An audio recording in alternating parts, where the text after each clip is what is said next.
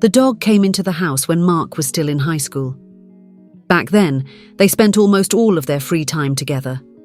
But eventually, they parted ways. The Labrador stayed with Mark's parents, while Mark moved to another city, first to study and later to work. Over the past decade, Mark and Baby only saw each other during the young man's rare visits home. Then a terrible accident happened, and Mark's parents passed away. The old dog came to Mark as an inheritance. In everyday life, Baby caused no inconvenience. The large dog quickly adapted to living in an apartment and found his place without much trouble. Besides, Mark wasn't a stranger to him. Only sometimes late at night the old dog would let out a soft howl, as if mourning his former owners. During those moments, Mark would gently scratch Baby behind the ear. The memories made Mark want to howl just as much as the dog. After 6 months, the pain began to ease, and Mark and Baby settled into life together as friends.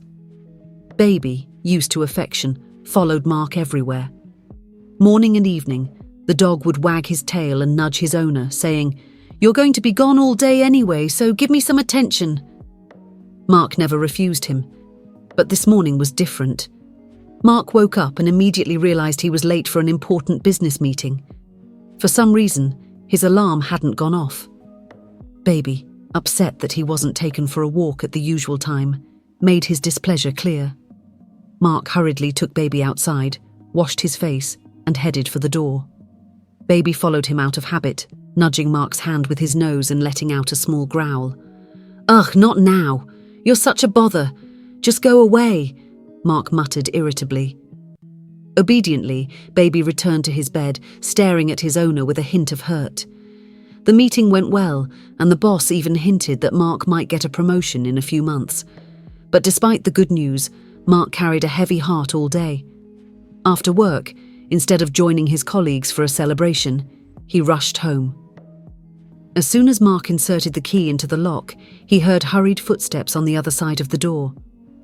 Baby, of course, had long since forgotten the morning's incident and was simply overjoyed to see his master. That enthusiastic greeting almost brought Mark to tears. That evening, Mark and Baby took a long walk together. Later, he prepared a special dinner, just for the two of them.